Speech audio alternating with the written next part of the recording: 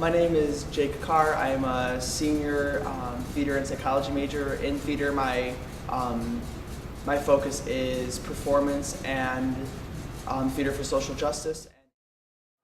So this is the lobby of the Gates of Bedlam Theater. You're likely on any weeknight or any weekend day to find large clumps of theater people doing something. Yeah. So if I'm doing something for theater, I'm either there or here 95% of the time. That's where walking theater meets and everything. They're constructing the set right now for the play that opens in 2 weeks called The Ohio State Murders. Work and get paid, so it's a nice job to take during school hours. It's very flexible. You kind of come in and work whenever you can.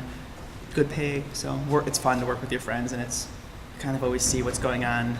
You get a lot of inner workings of the department by being here a lot, so yeah, it's really great because we get hands-on experience with everything, pretty much anything, unless it's very dangerous or a really advanced welding technique or something. We get to do everything. Students and staff get to do pretty much everything in constructing this, so really great first-hand experience. So I definitely feel like when I go out and become a practicing artist, when I graduate, I might not be hired as a lighting designer, I might not be hired as a scenic designer, but I'll understand the basic principles of those things so I can kind of, take initiative and help out.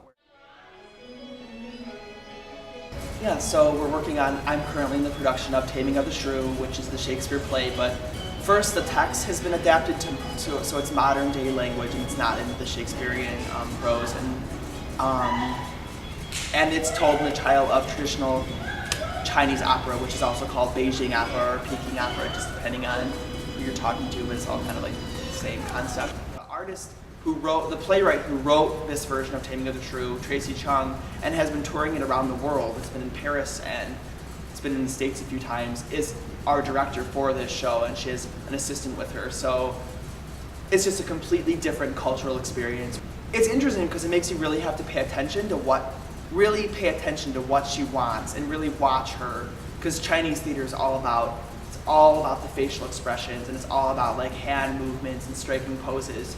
So even if you don't really necessarily understand exactly what she's saying, you can just watch and kind of get a kinesthetic awareness of what she wants you to do, which is a very good challenge. Like, I know it might be frustrating for some people, but I think it's a great challenge.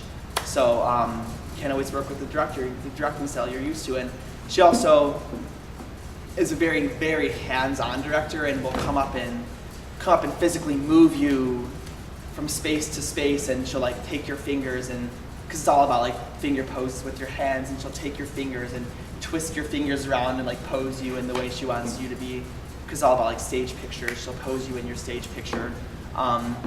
So it's just a completely different experience. A lot of times the directors I've worked with in the past don't really get up on stage and physically move you around, and it's not a rude thing at all. It's completely welcome, and everybody's really open to having her pose them and everything. It's a very different cultural experience. So urban leadership was a godsend for me. I freaked out when I got accepted, and yeah, so I guess money is an issue for me and for my family, and I wouldn't have been able to go to Chicago for the summer. I never would have been able to afford housing.